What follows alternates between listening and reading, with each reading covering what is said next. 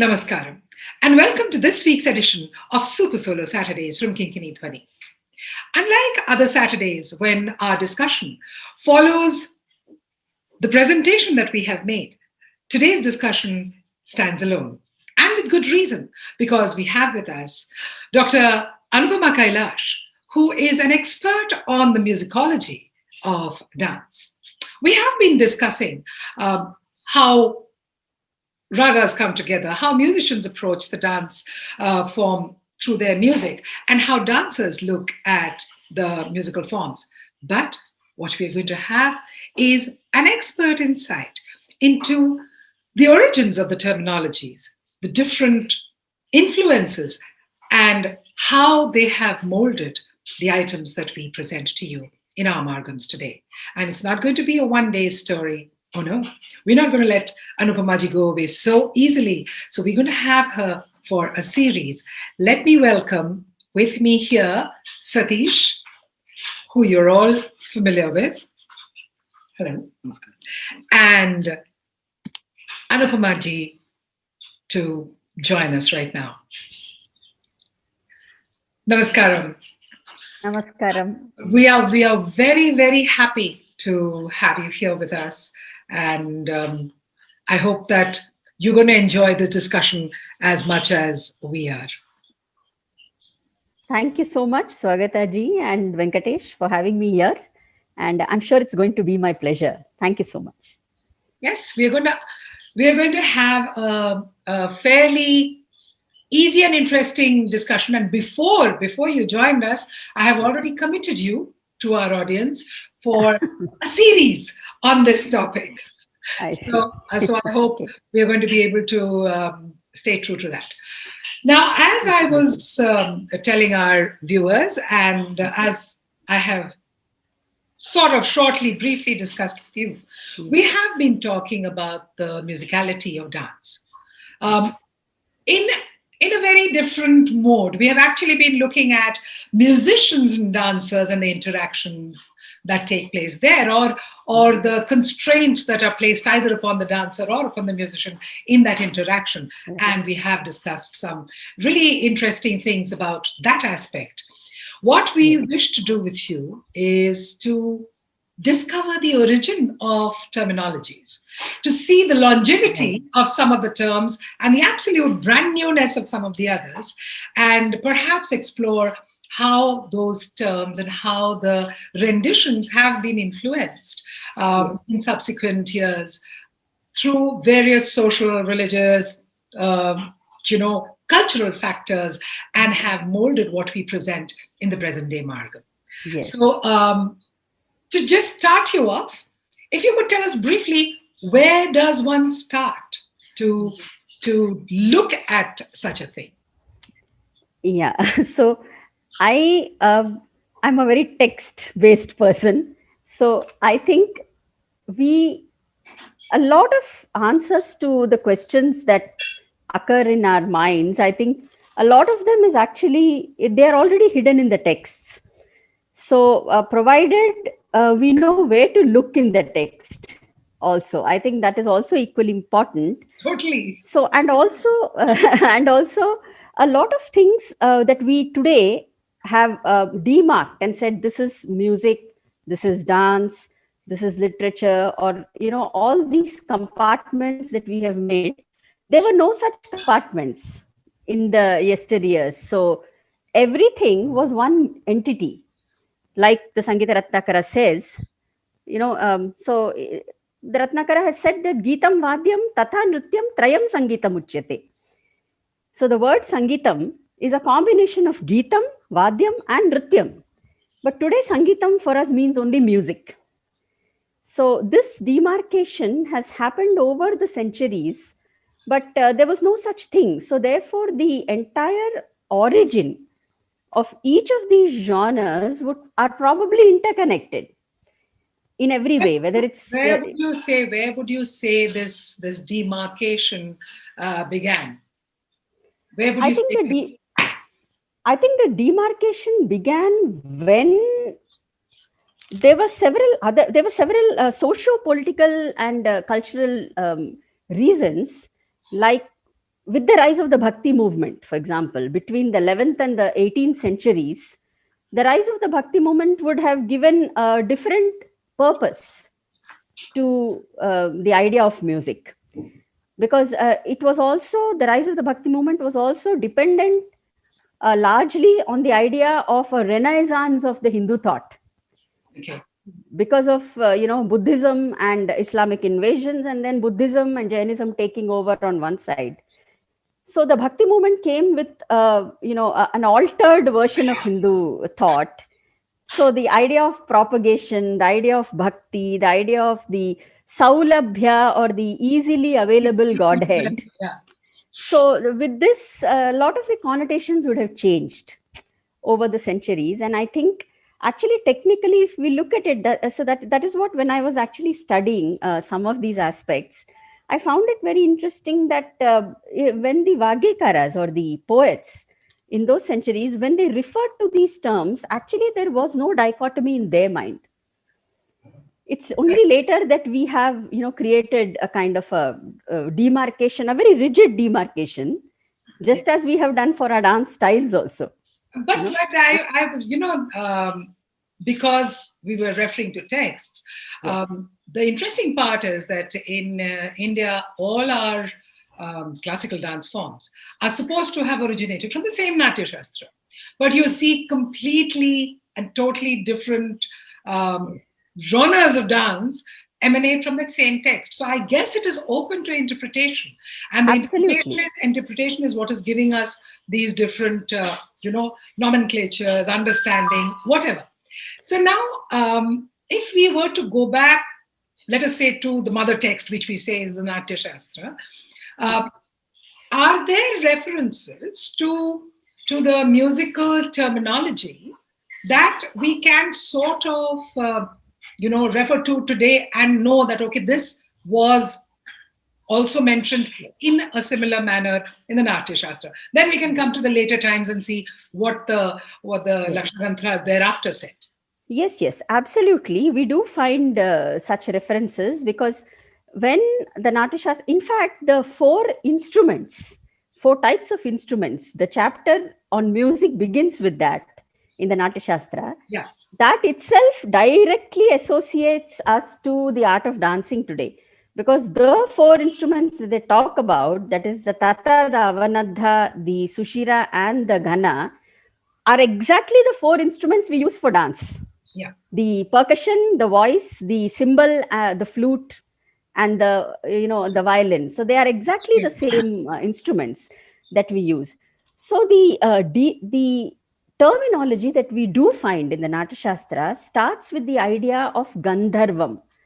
So what they call Gandharvam was supposed to be the original pre-dated form of music. Okay. Without regional influence, with not much, desi or regional influences, something that purely emanates from a textual idea. Roughly, we can, not all scholars will agree, but roughly, we can say it is something similar to the Margi that we are talking about today. So the Gandharvam is the first reference we find to the typologies of music. Now, when the Natya Shastra defines, it says that Gandharvam is playing on the lute, that is the veena, to the accompaniment of different instruments consisting of swaras or notes, tata, time measures, and pada, verbal themes. This is Gandharvam. So he makes a reference to all these three terms. And he says, yes, Swagataji, you're saying something? Yeah, I was saying that it is interesting that this again was something that I was discussing with you earlier, that the way it has been written in these texts, and these are the earliest texts. We really have no documented evidence before this, that I know of anyway. Yes. And they still talk already of a format. Yes. Which leads me to wonder, and I hope someday we will find the answers to that, as to what led to it. Who were the people who set those formats in place, and how, where did they emanate? Because these are questions that just don't stop popping up in my head.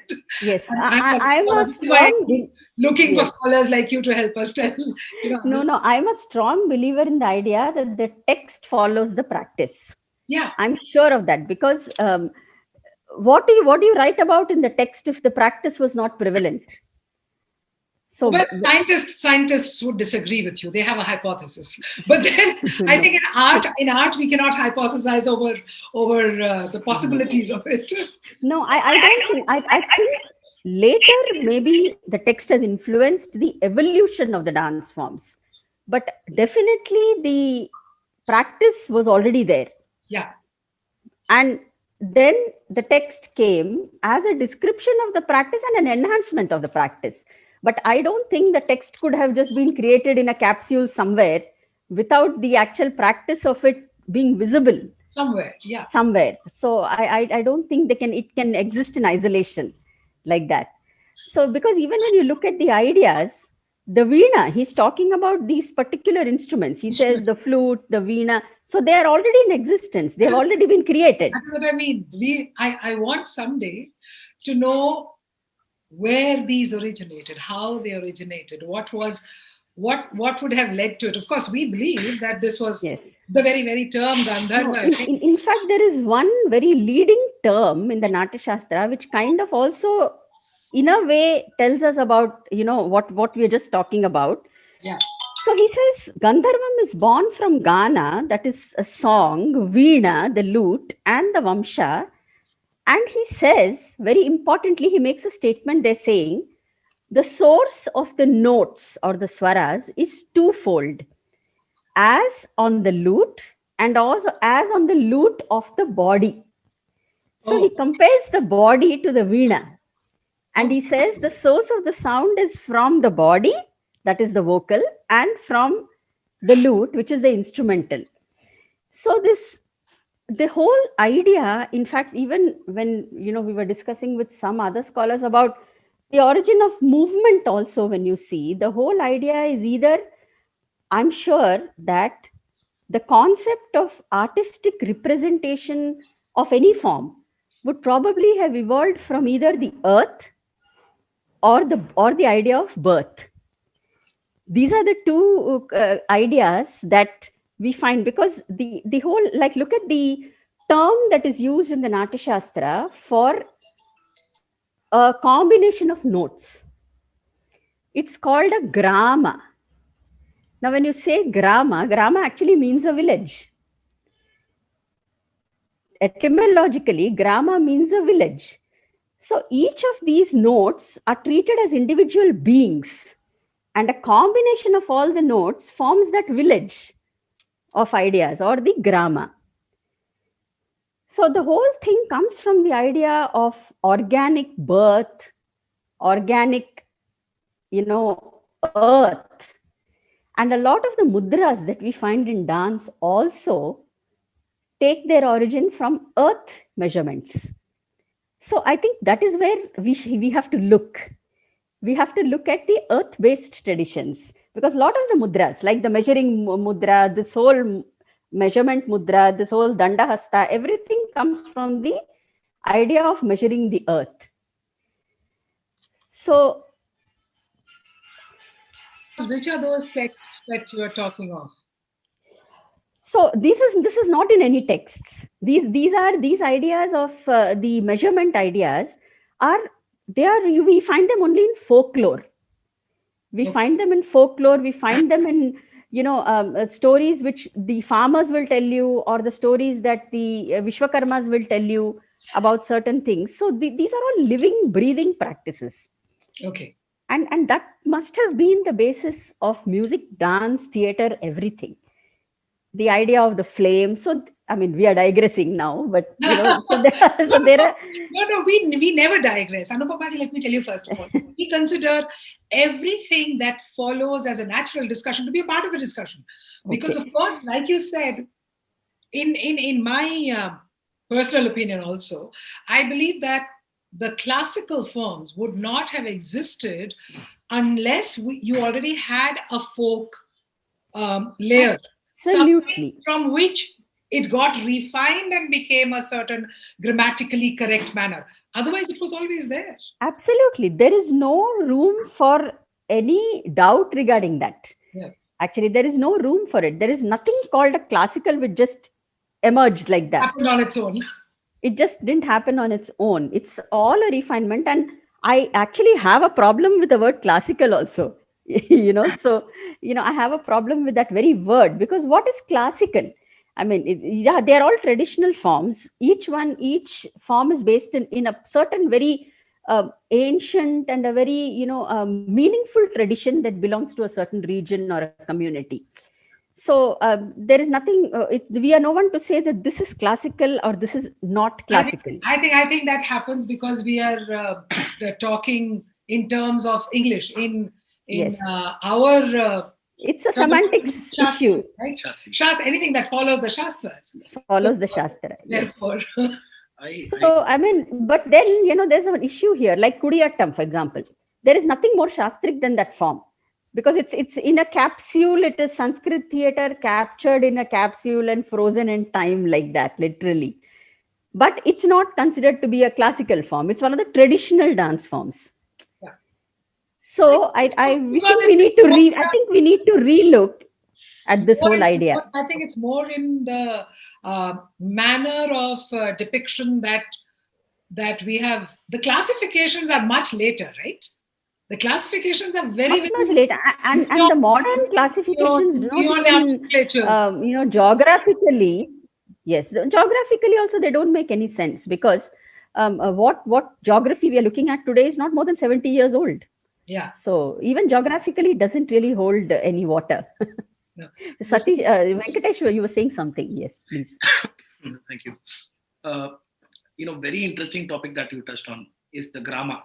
You said that there is a reference of the term grama in the text Natya Shastra. Yes. And something that is associated with notes, the swaras. Yes. So what does it really, could you throw more light on it? Because I am interested to know about it, particularly as a musician. Yes. Because when we learn about raga lakshanas, certain ragas are given the lakshana saying that the raga belongs to the Shadja grama. Grama, yes. Certain ragas belong to the Madhyama grama. Correct. Now, whenever I look at those definitions, I honestly do not get a clear picture of what it really means. Because definitely a musicologist or a professor in music would explain it to me. But I just want to know from the point of view of Natya Shastra, as in how much Natya Shastra has spoken about the grama. Is it really just, what it really means is just a village or a group, or does it delve more into the music aspect of the word grama? No, it's absolutely dealt quite in detail in the Natya Shastra and in the Dattilam and in the Sangita Ratnakara. So the idea of raga was not prevalent there at that time. The idea of raga happened much later, when in the 17th century almost, when the 72 Melakartas concept was created by Venkatamaki. But before that, there was no real concept of a raga as such. So the whole raga idea was actually a grama idea. So something that would take off from the Shadja and have a certain combination of notes would be one grama, which is exactly what we are calling a raga today. Raga today, yeah. What we are calling a raga today is actually a grama. Yeah. In the yesteryears. So grama is a collection of different sets of notes. Some which are Shadja predominant, some which are Nishada predominant or Gandhara predominant. So these were groups of notes which were spoken about, and within that you have the idea of Murchana. Today we have Murchana in Carnatic music. Yes. The word is there in the Natya Shastra also. Does it mean the same thing? Does it refer to the almost same usage? Yes, almost the same usage. It's mostly the idea of the ascent and the descent of the notes. Yeah. That is exactly what it refers to. So the primary musical terms that we can find today, which we can also find in the Natya Shastra and in the Dattilam, are grama, murchana, tana. We find that word. Sthana. or notes which have to be permanently grounded in something. So the stha is always about being there, like sthala or sthai. Yeah. Then you have the vrittis. Then you have the sadharana swaras, the varnas, alankaras, the dhatus, shrutis, the yatis, and the swarakshara or the swarashraya vidhi, as it is called in the Natshastra. So the yati, does it No. look the same thing as we understand in dance? The manner No, of the pushing? tala yati is different from the swara yati. Ah, okay. And the sahitya yati is again different from the other two. All right. So each of them has a different connotation. Honestly, I mean, it's a revelation to me because for me, yati is just a pattern, whether shrotovaha or go pucha. No, it is a pattern, but so the thing is, the idea here, it's interesting because the idea has changed over Natshastra and Sangita Ratnakara also. Over the period of the Natshastra and Sangita Ratnakara also, a lot of changes have taken place. Like, for example, I'll tell you what is a major change. Now, the word varna, what we actually say today, as we call it the varnam, the major item, it is based on this idea of varna, which is in the Natashastra. So, what is a varna according to the Natashastra? Varna is actually in reference to the stringed instrument. And it says the aroha of a certain set of a certain grama, the arohi, the avarohi, the descent, the sthai, the note which is persistent, and the notes which move around, or the sancharin. Yes. Now, when all of these are well entrenched in a musical composition, and they go up and down, and they totally, move around in a composition, that is a varna. Okay. Which is exactly what is a varnam for us today. The raga is explored mostly in a varnam. Yes. In every way possible. So the varnam is probably an evolution from there. But also there is one more very important thing which we need to also take into account when we look at chapters, individual chapters on different subjects in different texts. Natashastra, we have to also look at the general genre of the text. So if you look at Natashastra, it is a text on dramaturgy, primarily. Yeah. So he will talk about music also to a great extent in relationship to, in context to Natya. Whereas Sangita Ratnakara is a text on music.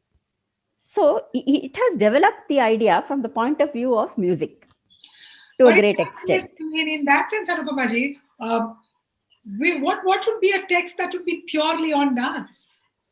Nothing. I don't think we have anything, right? No. And that is what is interesting. And that is why I started this entire series with Satish, because I feel that it is so deeply entrenched in the original definition of Sangeeta. Exactly. That we do not need a separate text, something that has already been detailed through these granthas. We do not need something beyond that.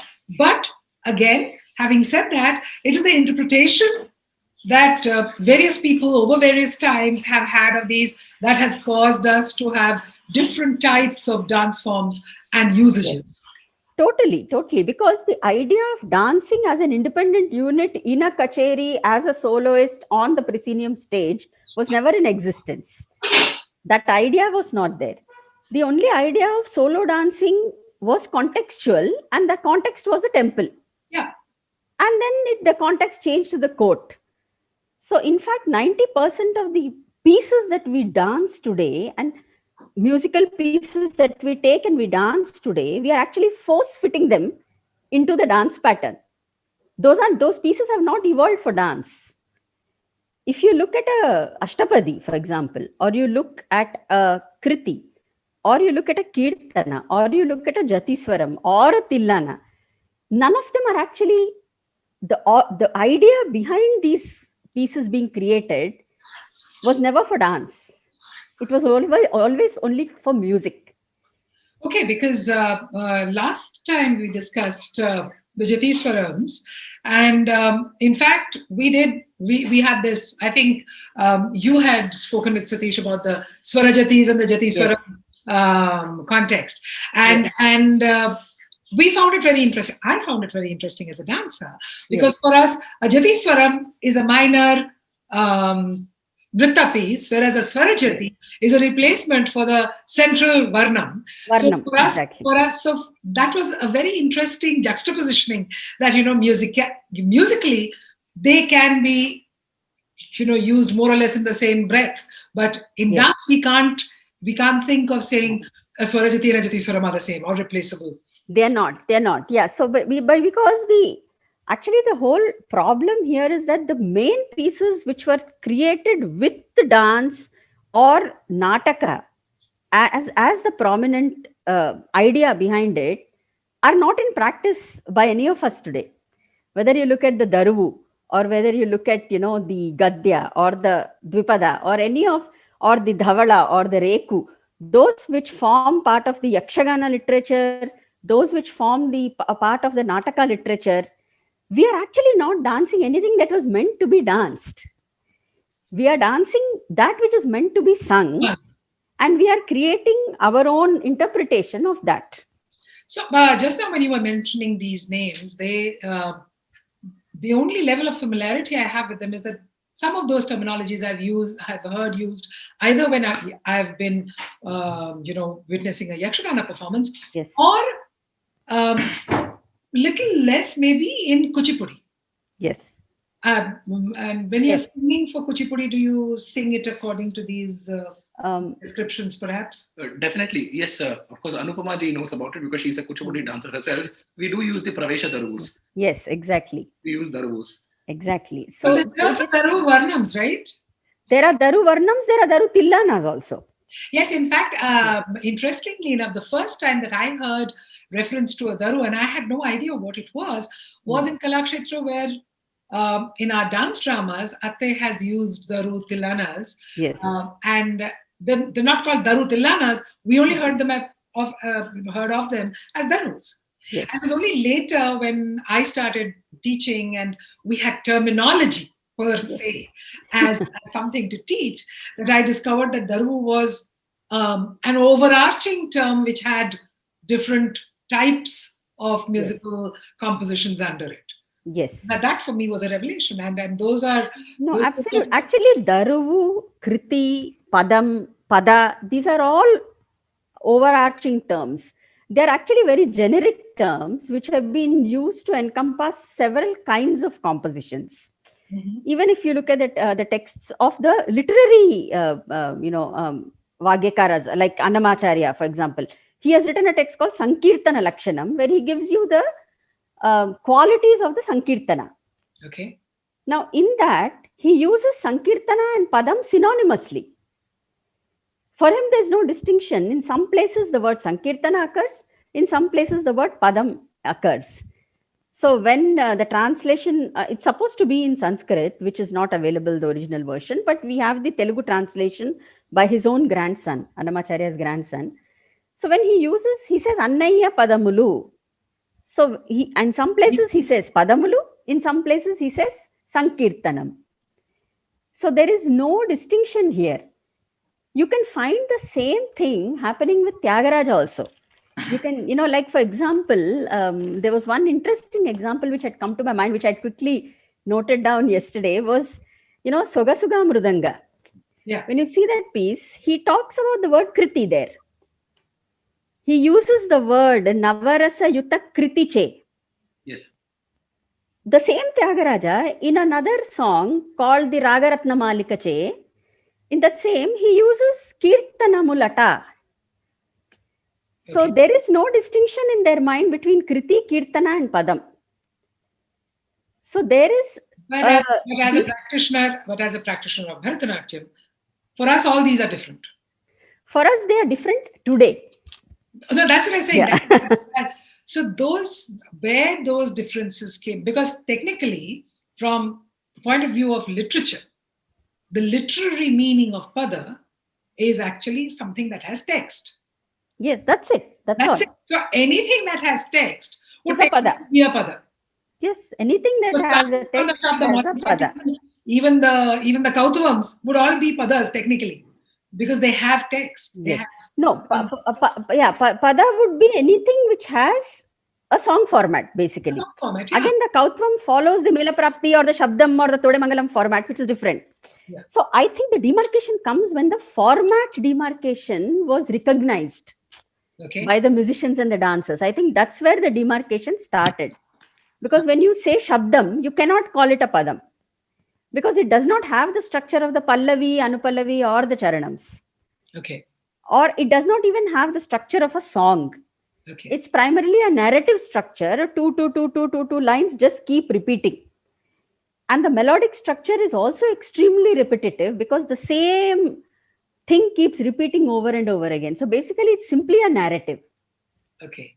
So in that format, if you look at it, so I think it's simply based the format, number one, the chandas or the prosody of the piece, number two, and the content, the emotional content of the piece.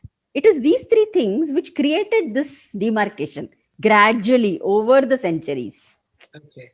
and the context in which they were danced. Okay.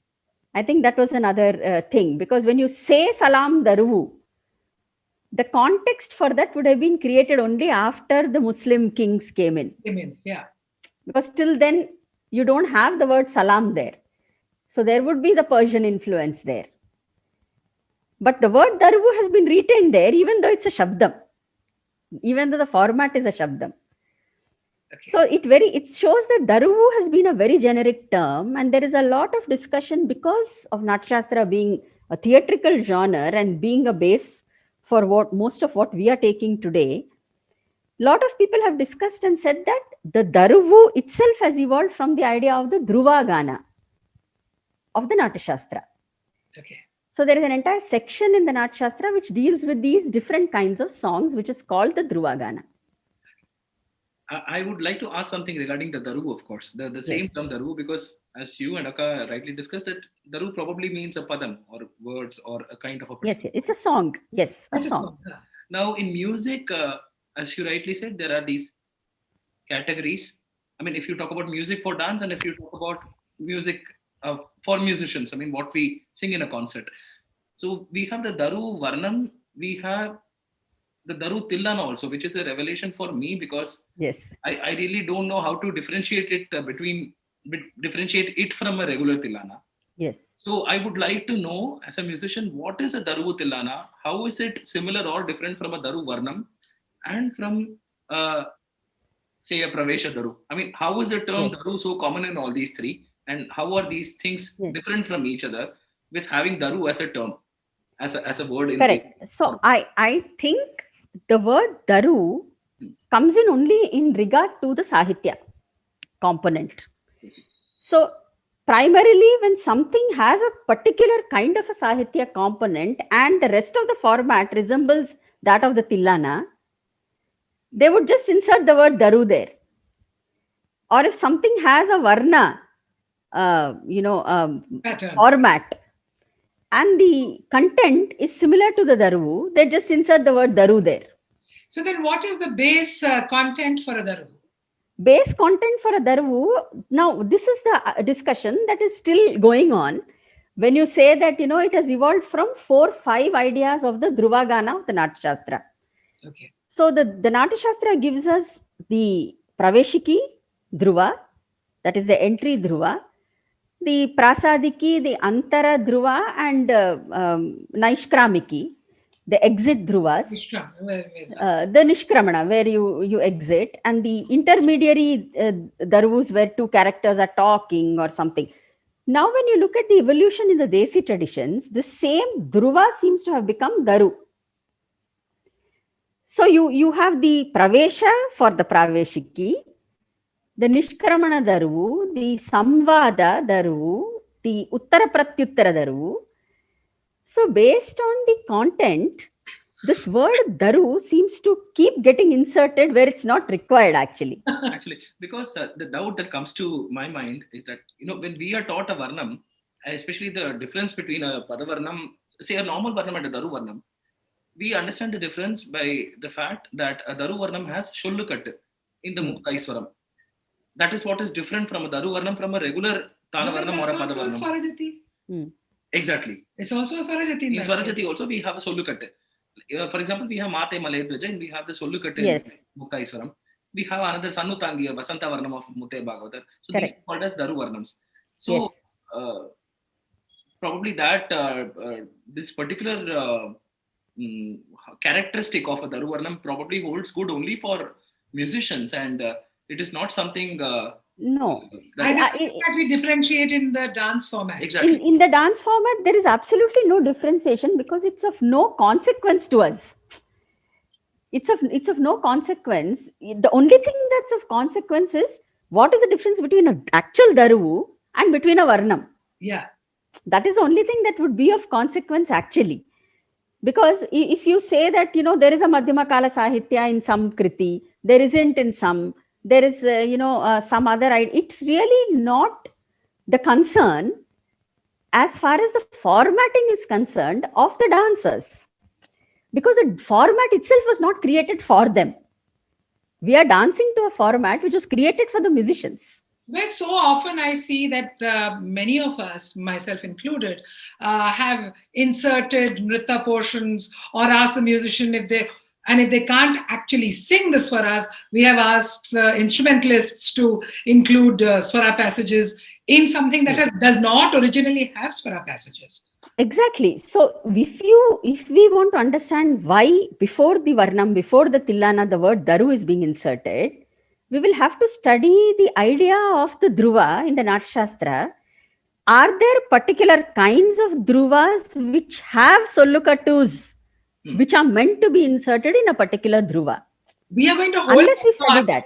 We are going to hold that thought because I'm not going to use that all up here because this is a very, very, very. And I'm not prepared with the Daru also right now. I can tell you about the Daru offhand. But yeah.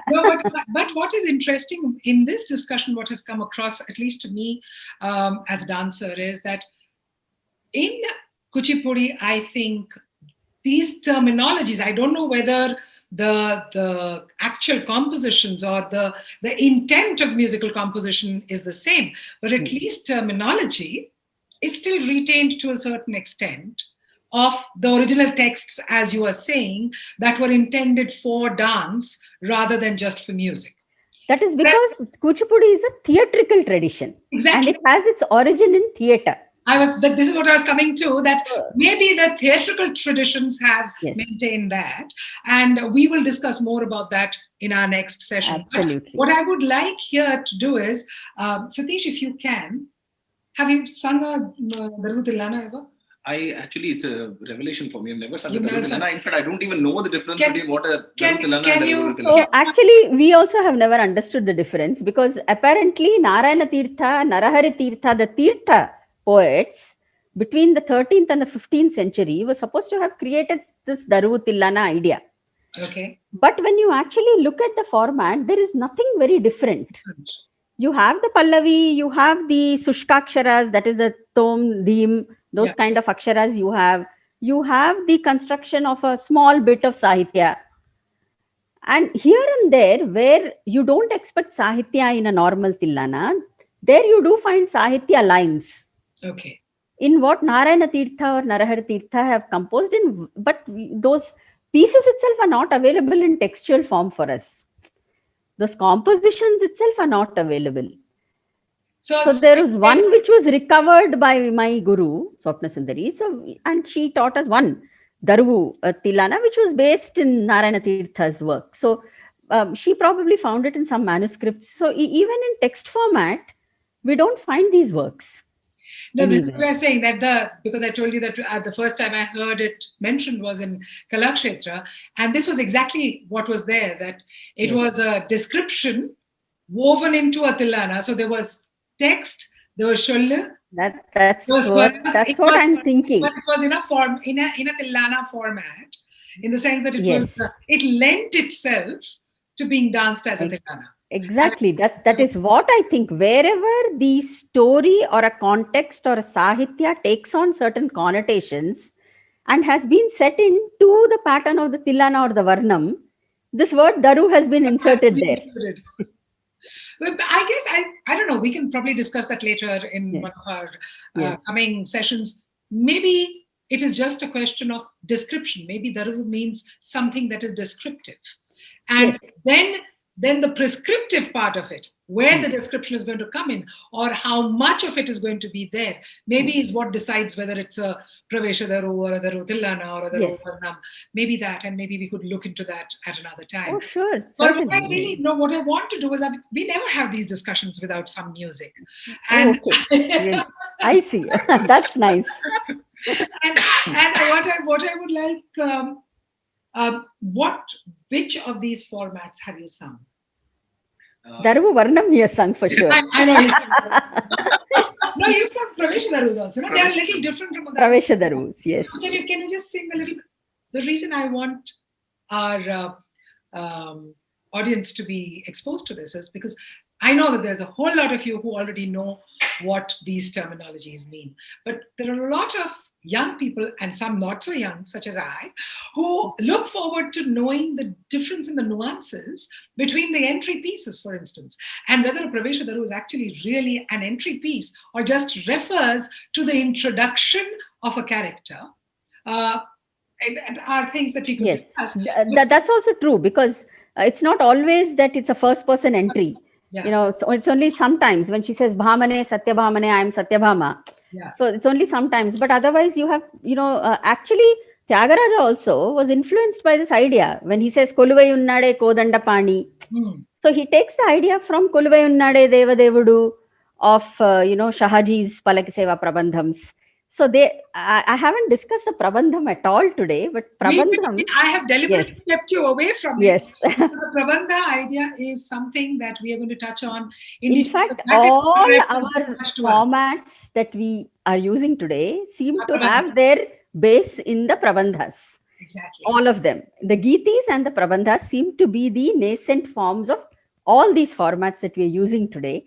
So I've stayed away from the Prabandha, but all these Palakiseva Prabandhas, all these, even the description of the Godhead for the first time in the dramatic work, that itself can serve as a Pravesha. The Pravesha. Yes. I have one question. This is just to enlighten myself, Anupamaji. I mean, this is because as a musician, I'm really thrilled to know the concepts of grama, because I've been trying to know more about it, and you have clearly told us that grama actually means a group of notes, and certain ragas come into it. But you will have to talk to a proper musician. Don't depend on me for this. Yeah. But just a small reference, because you are the Pravesha Daru for the grama information for my on grama. Yes, and through my Pravesham, he's entering the grama. Oh yes. No, but because I want to know about. I just want to mention this thing that I just read in a book, because I was preparing for my entrance exam for MA Music. Okay. So since you've already gone through texts like the Natya Shastra, the Dattilam, and you also mentioned Matanga's Brihadeshi in the beginning. Brihadeshi is also there, yes. What I read was that the term raga is something that occurs first in the Lakshana Grantha Brihadeshi. Yes, Matanga. Absolutely. So what I would like to know, maybe in further discussions later. Not today, just how you want to sing. Yes. Yes. Does it really mean, a group of notes, or does raga mean something else in the text? Brihadeshi? Is it different from what we discussed as grama? All that I would like to know from you, because you go through so much in detail. We can. There are some very interesting theories about the word raga, actually. Exactly. The etymology of the word raga itself. So since this series of ours is about, demystifying definitions, yes, we will definitely be going into that. Not because certainly, obviously for us as dancers, the terminologies all occur from the musical aspect. Totally. Whatever we are dancing to are actually terms that exist in the musical aspect before we, yes. And what we do in dance is a secondary thing. That's a different thing. Yes. Formats. So musical definitions in dance is what we are discussing. Therefore, we will definitely delve into your musical definition in music. Yes. But in the meantime, please sing for us a Pravesha Daru. Okay. Oh yes, please. I'd like to actually request Anupama to do some abhinay for Bhamane Satyabhamane. Great. Arey baap re. Oh God. Not fair. Great. This you never asked me to prepare for. Because that is the first provision to do that I learned as a musician for dance. Okay. That's what Kuchipudi is synonymous with. Every dancer would know what Oh God. it's all about. Yes. Okay. Okay. Sorry, I don't have my tantra. Paragala. Appadi paade. Okay.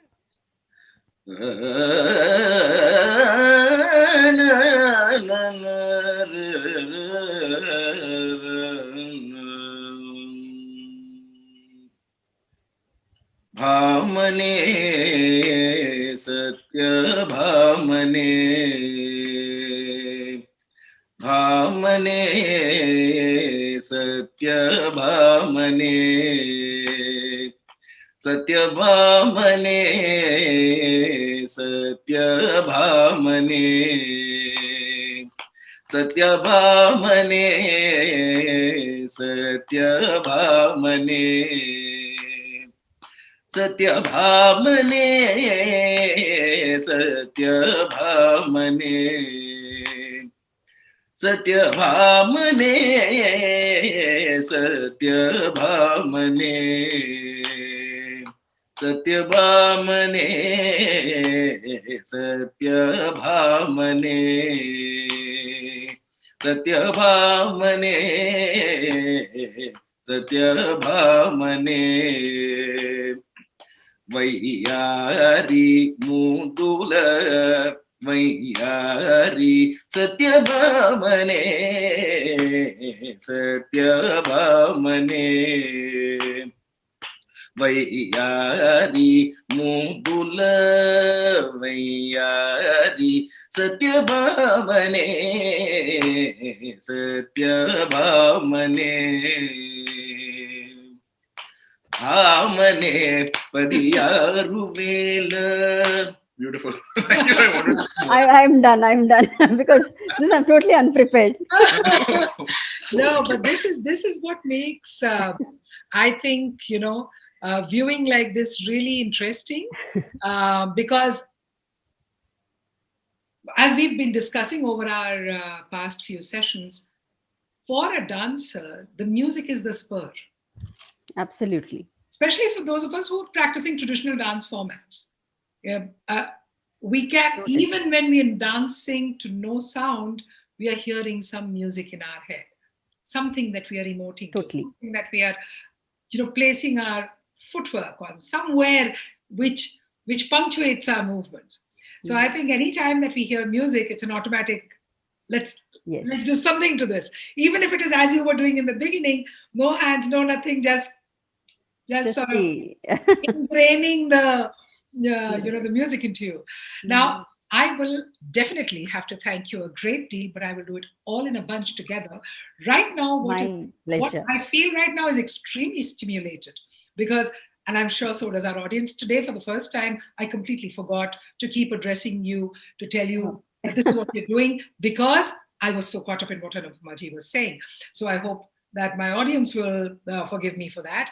And I have to say that we, as the people who are trying to get this interaction going, will continue to try and do so. And of course, as I said, we will do more with Anupama Ji. We will have this entire series, at least I know of 3 segments that we have thought of. And if discussions carry on, there's plenty more that we can do. Thank you so much right now for giving us the context of where the musical terminologies came in, where they were first mentioned, and some of the texts we did speak of, but then there are so many more that I'm sure we will deal with in subsequent ones. And like I said, we will deal with, as you've sort of generally peripherally touched upon, where the changes came, which were the large chunks like the Bhakti period, which changed the terminology or changed the usage or the perception of what that particular piece of music related to. And of course, we shall then go into the format, the prabandhas, and why and how emotional content has now got assigned to certain aspects And that is what is creating the divisions rather than the content itself. Yes. We will discuss all of that at soon following our this discussion next week and thereafter. Thank you so much for having taken time off. I know you're very busy, and we're all looking forward to hearing so much more from you, not only on this platform, but on others as well. And I hope that we shall be able to see you dance soon as well, because that's something I haven't had the pleasure of Hopefully. doing. And I've heard a great deal from Satish about that, and I'm really looking forward to it. Thank you so much for your generous sharing of your knowledge. And Satish, we did not hear enough from you today. Yes. And We have to hear more of Satish. we will ask you more. We will ask you more in our subsequent discussions with Anupama ji. I surely like to thank you. Thank you so much, Anupama, for enriching us, enriching me as a musician. Thank you so much. And thank you for being so generous. And we do look forward to more such sessions with you regarding topics on music. No, I'm not a musician by any standards, but I'm just trying to understand these things along with you. And see how it is applied to. Anupama ji, we've got a musician. Okay, Great. Great. What we needed was somebody who bridges this gap between musicality for musicians and musicality for dancers. Yes. And I'm totally inadequate other than to ask questions. And therefore, I'm so glad that we found you. And we shall dig more into your brains presently. Thank you so much for being with us. Thank you. Thank you so much. And do stay tuned for our sessions next week. Until then, it's Namaskaram from us at Kinkini Dhwani. Thank you.